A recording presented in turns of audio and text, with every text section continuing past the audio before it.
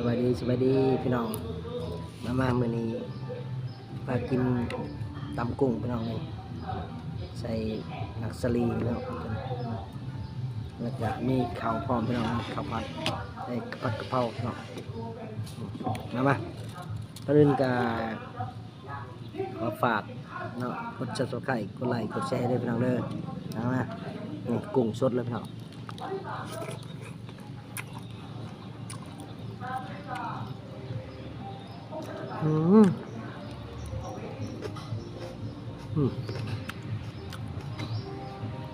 งามเนาะ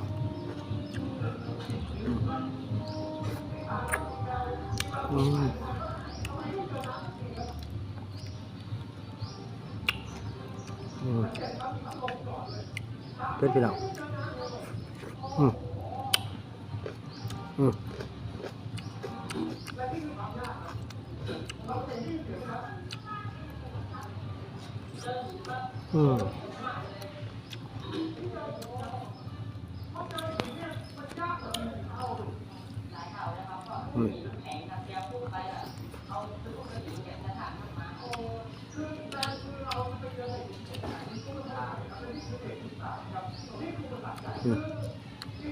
ตำกุ้งเนาะ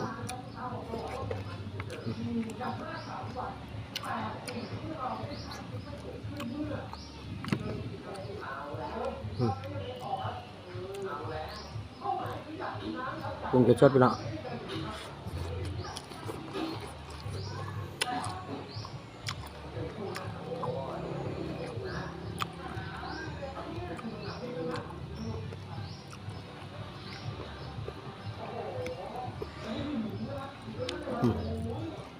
กินหมดเลย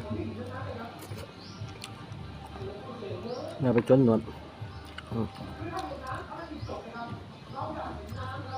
หนวดมันก็กินเนาะ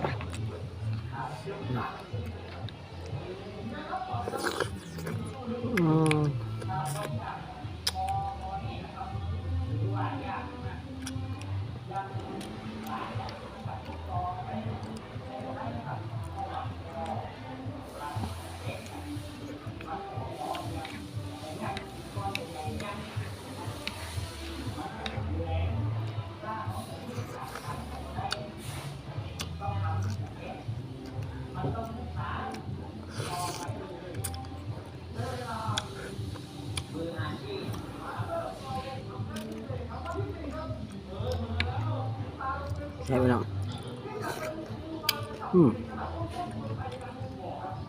กินหัวมันแฉะไปน้อง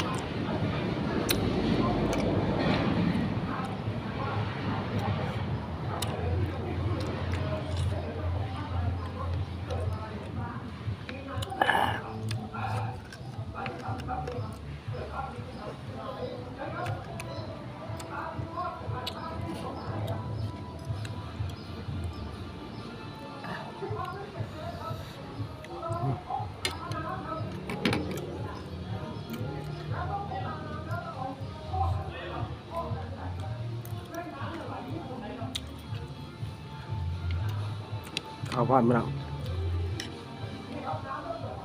เนี่ยข้าว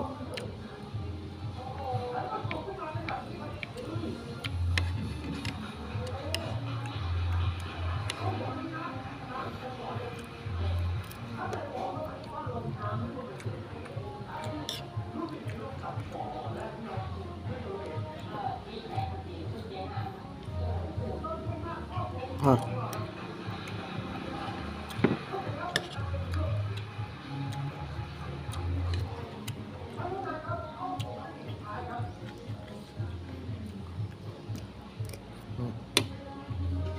อืม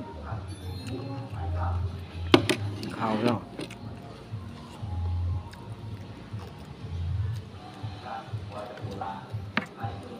อืมอืม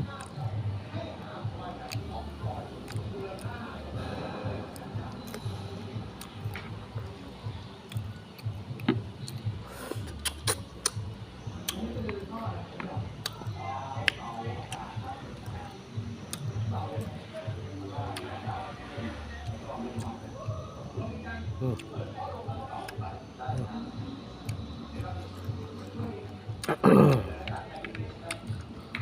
จับแล้ว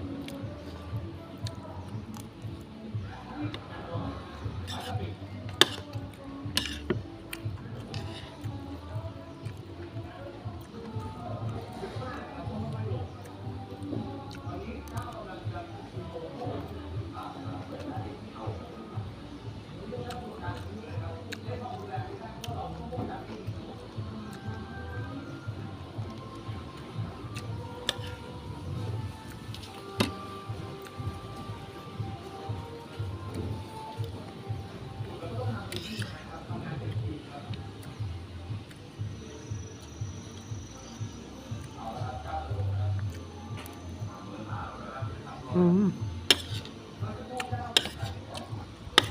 กินข้าวสวยแล้ว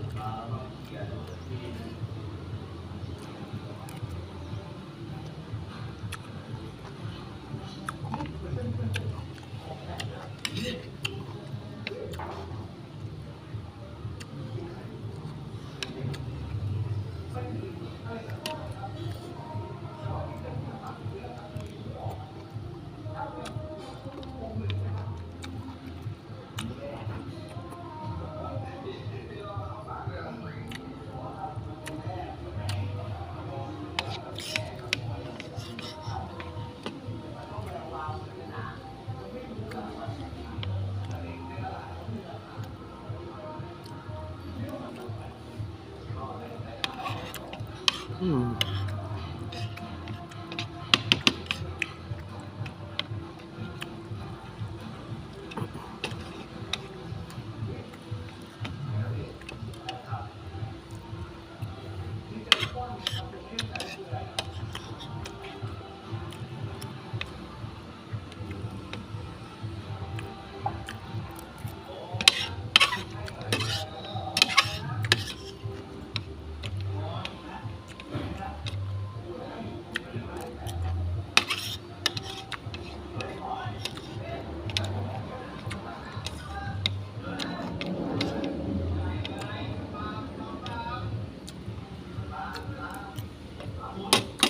อืมเบิดอยู่เนาะ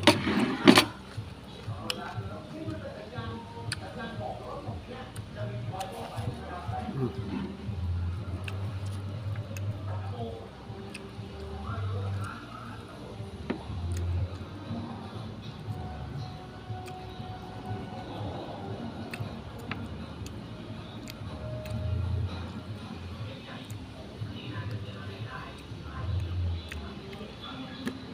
อื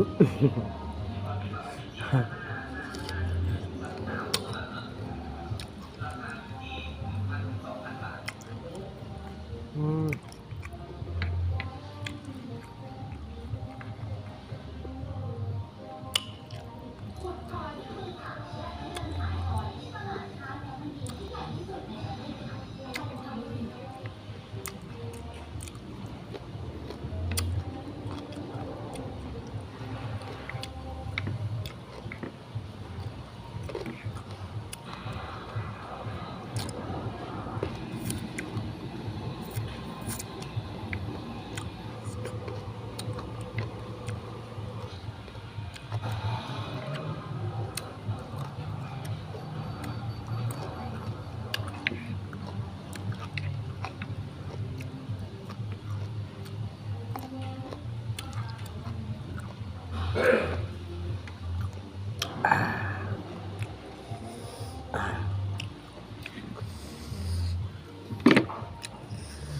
เจ้า